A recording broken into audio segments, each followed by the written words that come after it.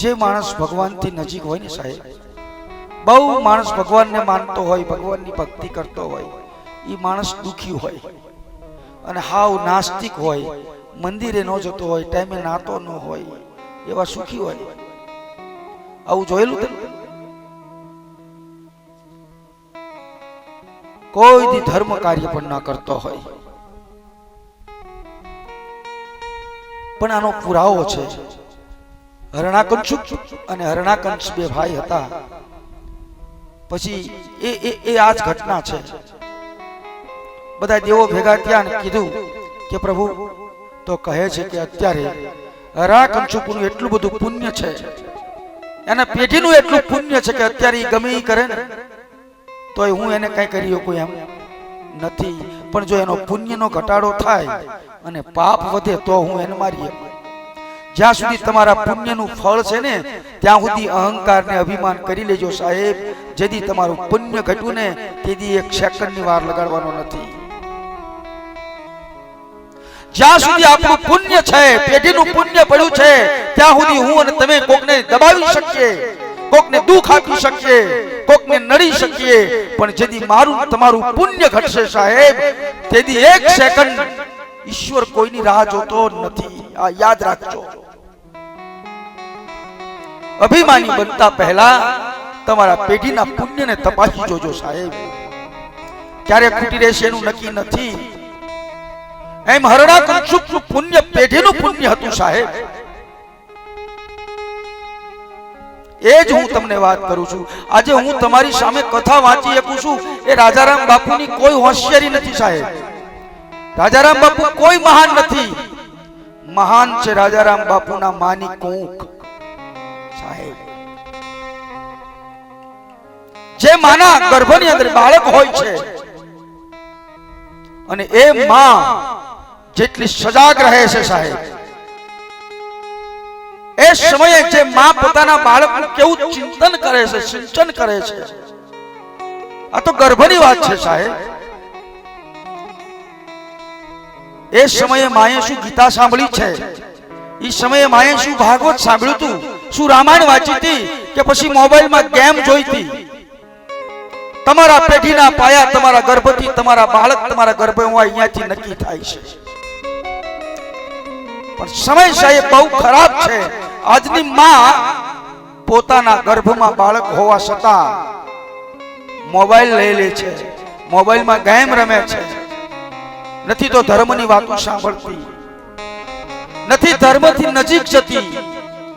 સાહેબ આ ભારત દેશ છે અને આ દેશ ઋષિ મુનિનો દેશ છે સાહેબ. જે કોઈ દેશ પાસે નથી એ તાકાત ભારત દેશ પાસે છે. યાદ રાખજો. વિજ્ઞાનને જેથી ખબર નથી પડતી ને તેથી આ દેશના ઋષિ મુનિ સાલ ઉપર બેહી અને સાલને ઉડાડતા સાહેબ.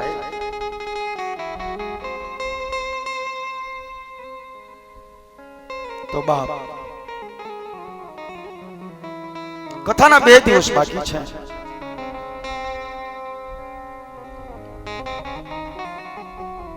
કોશિશ કરું છું અને કદાચ નિષ્ફળ પણ જાય અને સફળ પણ થાય, પણ અર્થ તો એટલો છે કહેવાનો કે કોઈ સંતની, કોઈ મા બાપની આપણી ઉપર કૃપા થઈ જાય ને તો જેમ હું તમારી સામે તમને કથા સંભળાવું છું એમ તમારું સંતાન એક દિવસ આ જગતમાં મહાન બનશે. અને હું તો કઈ બીજા કથાકારો ઘોડે મને બહુ ફેશનનું બોલતા આવડતું નથી, પણ સાચું બોલતા આવડે એ મને ખબર છે. સાચું કહું તમને, આ પેઢીના પુણ્ય વિના નથી થતું.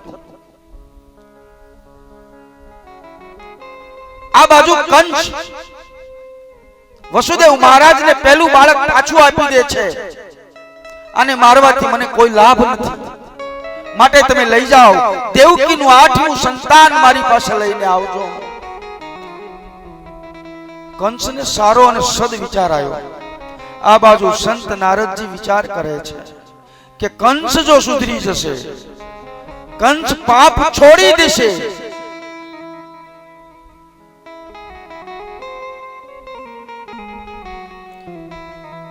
અને બાળ હત્યાનું પાપ નહીં કરે,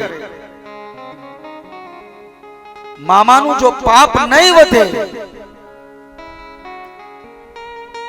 તો મારો ઠાકર, મારો ભગવાન આ જગતમાં જન્મ નહીં લે. માટે એવી કઈ યુક્તિ કરું કે કંસ પાપાચારી બની જાય, કંસનું પાપ વધે, અને કંસનું પાપ વધે તો એના કારણે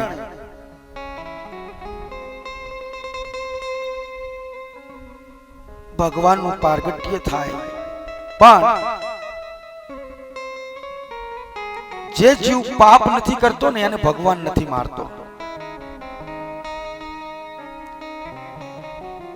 એટલે નારદજી જલ્દી કંસને મળવા આવ્યા છે. સંત નારદજી કંસને મળવા આવે છે. કહે છે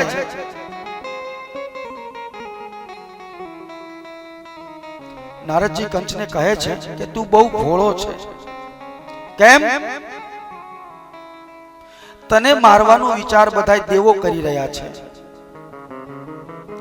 અને તું દેવકીના બાળકોને મારતો નથી. તે વસુદેવના બાળકને છોડી મૂક્યું.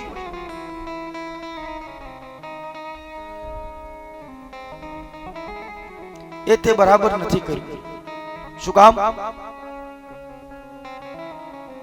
તને ખબર નથી એટલે હું તને સલાહ આપવા માટે આવ્યો છું કે આકાશવાણી તો એવી થઈ હતી ને કે દેવકીનું 8મું સંતાન તારા મૃત્યુનું કારણ બનશે. પણ તને એમ તો નતું કીધું ને કે 8મું પહેલા જન્મ છે પછી જન્મ છે. જે 8મું જન્મવાનું છે એ કદાચ પહેલા પણ જન્મ લઈ શકે, વચ્ચે પણ જન્મ લઈ શકે અને 8મું બાળક પણ જન્મ લઈ શકે. પણ તને તો ખબર નથી ને કે કયો જીવ, કયું તત્વ ક્યારે જન્મ લેવાનું છે. તો કંસ નારદજીને પૂછે છે કે વાત તો તમારી સાચી છે, તો શું બધાય બાળકનું મારી નાખું? સંત તરીકે નારદજી હવે ચિંતામાં છે. કારણ કે કંસ નારદજીને પૂછે તમારી વાત સાચી છે, શું બધાય બાળકોની હું હત્યા કરી નાખું? નારદજીએ વિચાર કર્યો કે જો હું આમાં સહમતિ આપું તો હું પાપનો ભાગીદાર બનું. કોઈને મારવાની, કોઈને પાડી દેવાની, કોઈને નીચા દેખાડવાની સહમતિ તમે કોઈને આપો તો એ પાપના ભાગીદાર ચોક્કસ તમે છો. હા, સહમતિ કેટલી આપી એ તમને કહું. ગામડું ગામ હોય, કોઈને દીકરાને જોવા આવ્યા હોય ને બહાર ગામથી મહેમાન, પછી દીકરાને જોઈને પછી કોઈને પૂછે ગામમાં કે ભાઈ ફલાણા ભાઈના ઘરે મેં દીકરાને જોવા આવ્યા હતા, માણસો કેમ? પછી ગામના કોઈ વ્યક્તિ એમ કે આમ તો ઠીક, કઈ વાંધો નહીં, પણ માણસો ઠીક. આ સહમતિ આપી કહેવાય. અને અમુક વ્યક્તિને પૂછે કે ફલાણા ભાઈને ત્યાં અમે દીકરાને જોવા આવ્યા હતા, માણસો કેમ? તો કે અહીંયા કોઈ પૂછવાનું, ભગવાને ન પૂછાય, એ કરી નખાય. ફરક આટલો જ છે, આમ તો ઠીક અને કરી નખાય. પણ સાહેબ, કોઈની દીકરી કે દીકરાનું વ્યભિચાર થતું હોય અને ઠીક બોલવામાં પાપ ભોગવવાની તૈયારી રાખજો. ખાલી બોલાય એટલું ઠીક. પણ આયા સંત નારદજી વિચાર કરે છે કે કંસને જો હું સહમતિ આપીશ તો હું આ પાપનો ભાગીદાર બનીશ. મને પણ થોડું બાળ હત્યાનું પાપ લાગશે. રસ્તો તો ગોતવો પડે, શું કરવું?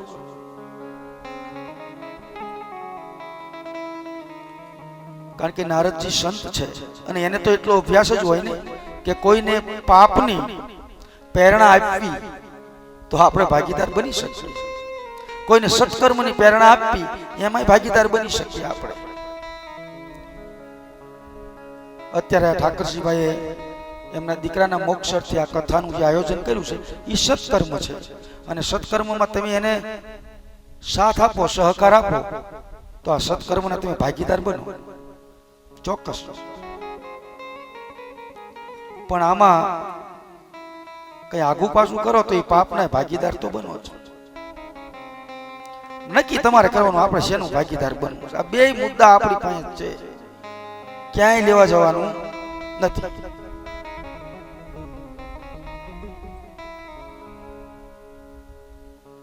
નારદજી કંચને કહે છે કે મને ખબર નથી કે બાળક ક્યારે જન્મવાનું છે. આ તો હું તને કહું છું, બાકી હું તને એવી પ્રેરણા નથી આપતો તું 8 દીકરાને મારી નાખે.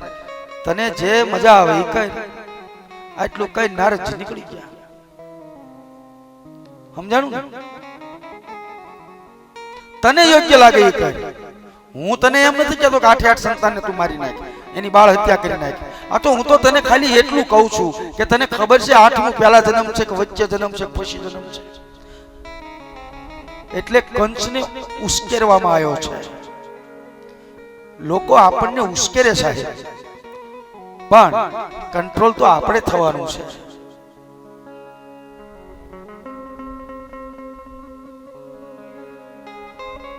નારદજી તો નારાયણ નારાયણ કરતા નીકળી ગયા છે. અને તે પછી કંસ તરત વસુદેવ અને દેવકીને કેદ કરે છે. એ પેલા કેદ નથી કર્યા સાહેબ. એક બાળકનો જન્મ થયો ને ત્યાં સુધી વસુદેવ અને દેવકીને કેદ નથી કર્યા. તમારા સત્વ ગુણને, તમારી નિષ્કામ બુદ્ધિને કેદ કોણ કરી શકે? કોઈ તમને ઉશ્કેરે ને, કોઈ તમને પ્રબોધન આપે તો કંસ આ બંનેને કેદ કરે છે.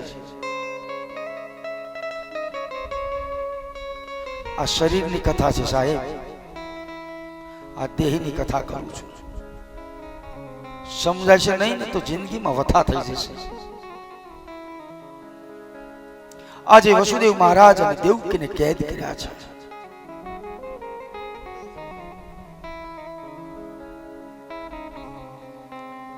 કોઈ વસુદેવ મહારાજનો અપરાધ નથી, કોઈ દેવકીનો અપરાધ નથી.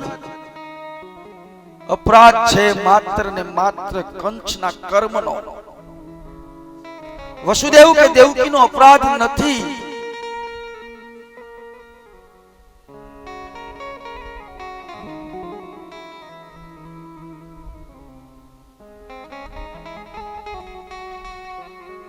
મારો અને તમારો અપરાધ નથી. પૂર્વ જન્મની મારી તમારી જે વાસના છે સાહેબ, પૂર્વ જન્મમાં જે મારા તમારા કર્મો છે,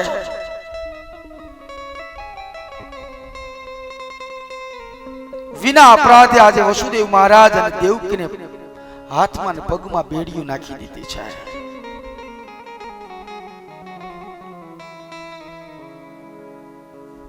છતાં પણ વસુદેવ અને દેવકી એવું વિચારે છે કે ભગવાને જે કર્યું ઠીક કર્યું છે. શું કામ? તો અમને પતિ અને પત્નીને ભજન કરવા માટે એકાંત આપી છે ભગવાને. આ વિચાર છે સાહેબ વસુદેવ મહારાજ અને દેવકીનો. આપણને તો કોઈ કંઈક કહે ને તો જ્યાં સુધી એને કહેવાનો જોઈએ ને ત્યાં સુધી આપણને તો આમ અંદરથી આનંદ નથી આવતો. પણ અહીંયા વસુદેવ અને દેવકીજી એવું વિચારે છે કે ભગવાને અમને એકાંત સ્થળ આપ્યું છે ભજન કરવા માટે, ભક્તિ કરવા માટે, સ્મરણ કરવા માટે.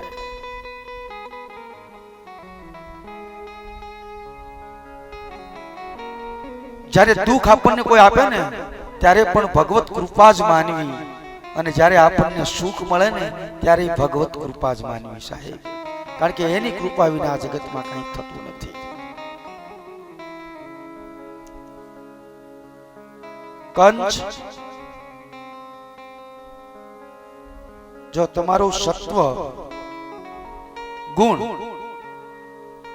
મેં તમને કથામાં કીધું શરીર મથુરા છે,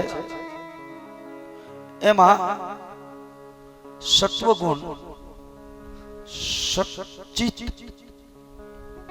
એ વસુદેવ છે, નિષ્કામ બુદ્ધિ એ દેવકી છે. તમારી બુદ્ધિ નિષ્કામ બની જાય, તમારું ચિત્ત શુદ્ધ બની જાય આ મથુરામાં, શરીર રૂપી મથુરામાં, તો કંસ કોને કહેવો? આ મન રૂપી મથુરામાં કંસ કહેવો કોને? તમારું અભિમાન છે ને એ કંચ છે, અને જ્યારે જ્યારે આ જીવને અભિમાન આવે છે ને ત્યારે શત્રુ ગુણ કામ નથી કરતો સાહેબ. નિષ્કામ બુદ્ધિ ઈ વિવેક વગરની બની જાય છે, એટલે આ દુઃખ આવે છે. એટલે બેડિયું પહેરવી પડે પછી આ સંસાર બેડિયું જ પડે ને બીજું શું પડે.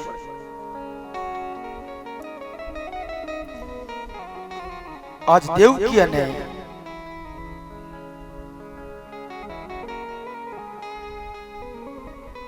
કારણ કે જ્યારે આપણને અભિમાન આવે ને ત્યારે એવું માની લેવાનું કે હું કંચ છું, કંચ.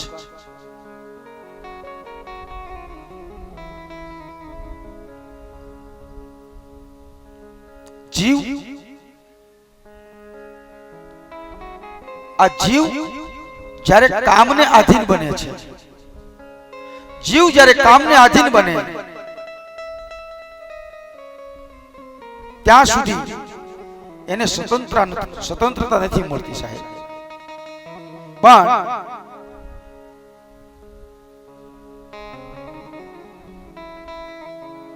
આજે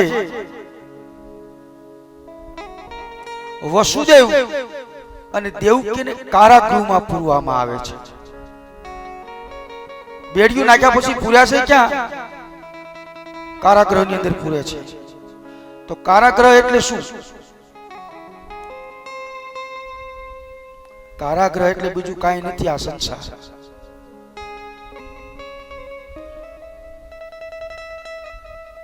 એને આ સંસારમાં પછી પૂરી દેવામાં આવે છે. તમને એવું નથી લાગતું આ સંસાર એક જેલ છે? ઓલી જેલમાં તો જામીન નહીં મળી જાય સાહેબ,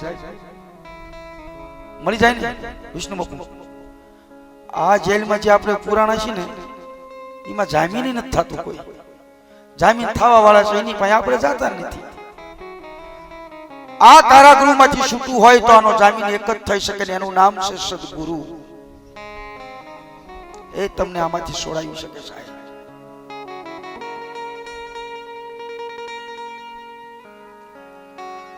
આટલું દુઃખ, આટલું પોતાની દ્રષ્ટિએ જોયું છે, છતાં જીવ સુધરવા માંગતો નથી.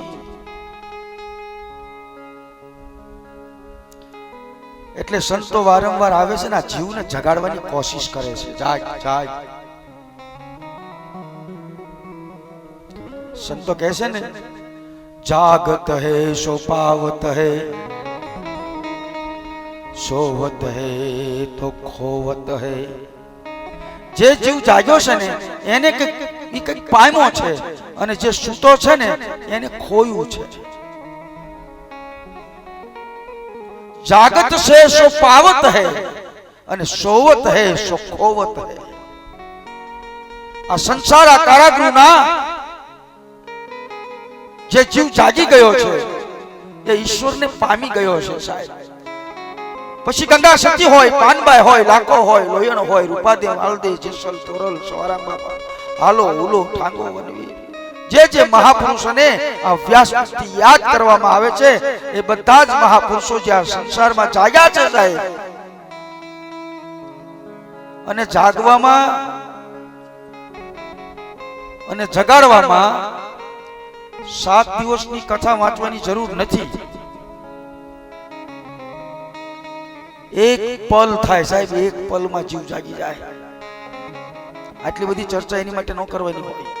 એક પલની અંદર જીવ જાગી જાય. પણ જાગવું નથી. ભગવાન માટે જે જીવ જાગે છે તેને ભગવાન મળે છે, અને સંસારની માટે જે જીવ જાગે ને એને સંસાર મળે છે. કબીર સાહેબ નો એક દોહો છે. કબીર સાહેબ નો સુખિયા સબ સંસાર, ખાવે ગુરુ સોવે, સુખિયા સબ સંસાર.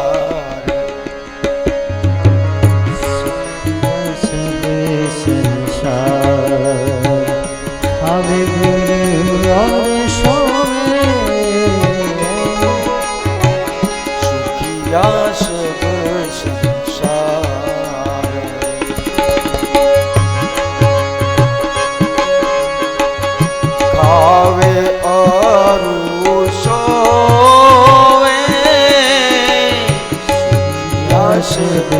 संसार। संसारी जीव सुखिया सब संसार है, खावे और सोवे। संसार में एक જ સુખ છે, ખાવાનું મળી ગયું કે હા, સુવાનું મળી ગયું કે હા। दुखियों दासी कबीरो भाई, जबियो दासी कबीरो रे भाई, जब सोवे तब रोवे, सुखियो सब संसार भाई, सुखियो सब संसार।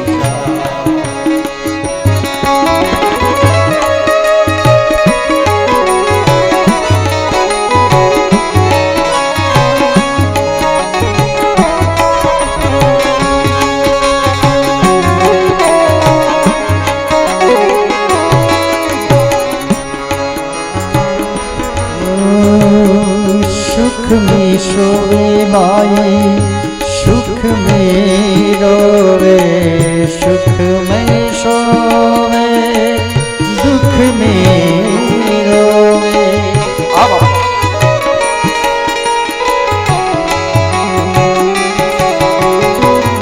दास कबीरा माई, दास कबीरा माई, जब सोवे तब रोवे, सुखियो सब संसार भाई, सुखियो सब संसार। आ संसारનું એક સુખ,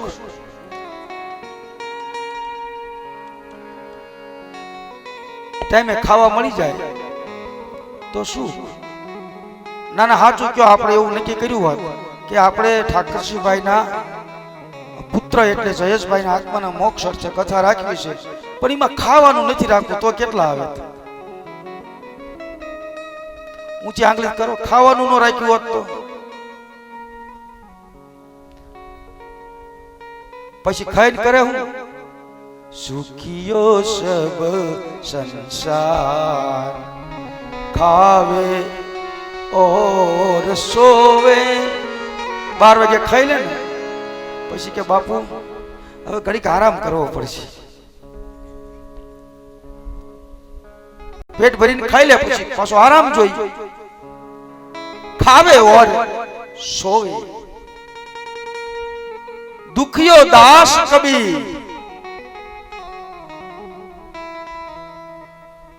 जागे और रोवे। જે ભગવાનની માટે જાગ્યો છે, જે ભગવાનની માટે રડ્યો છે સાહેબ, એની વાત છે આ। સ્વાર્થ માટે જાગ્યો એની વાત નથી।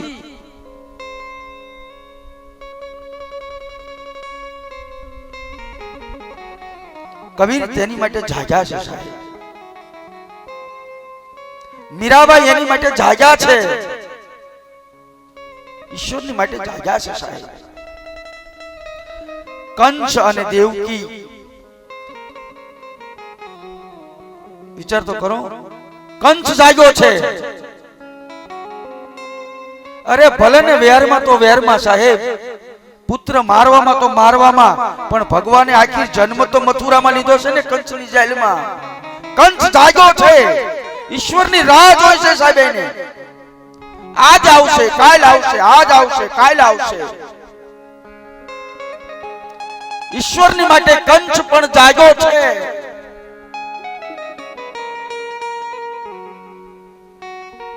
તમને ક્યાંય એવું લાગતું હોય કે કંસ પાપી હતો તો એ વાતને ભૂલી જાજો સાહેબ, કંસ જાગ્યો છે પરમાત્માની માટે।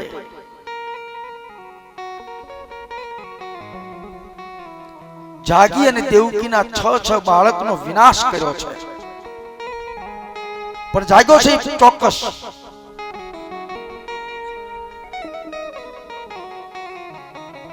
પરંતુ પરમાત્મા પણ જ્યારે જ્યારે આ સૃષ્ટિની માથે અવતરણ કરે છે ને, ત્યારે માયા વિના પરમાત્મા પણ આ પૃથ્વીની ઉપર નથી આવી શકતા. જ્યારે જ્યારે આ સૃષ્ટિની માથે ઈશ્વરનું પારગટ્ય થાય છે ને, એ સાથે જ માયાનું પણ પારગટ્ય થાય છે. બે સાથે જ આવે છે. કારણ કે માયા વિના શુદ્ધ બ્રહ્મનો અવતરણ નથી થતું.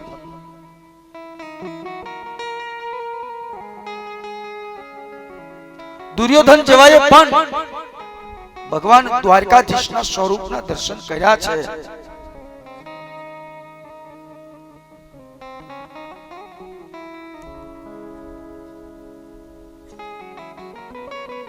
તો બાપ,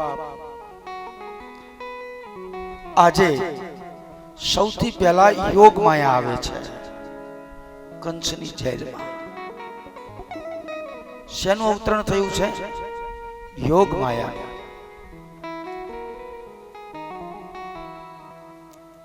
અને યોગ માયા 7મો ગર્ભ બને છે.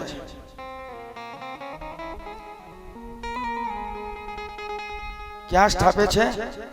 રોહિણીના ગર્ભમાં.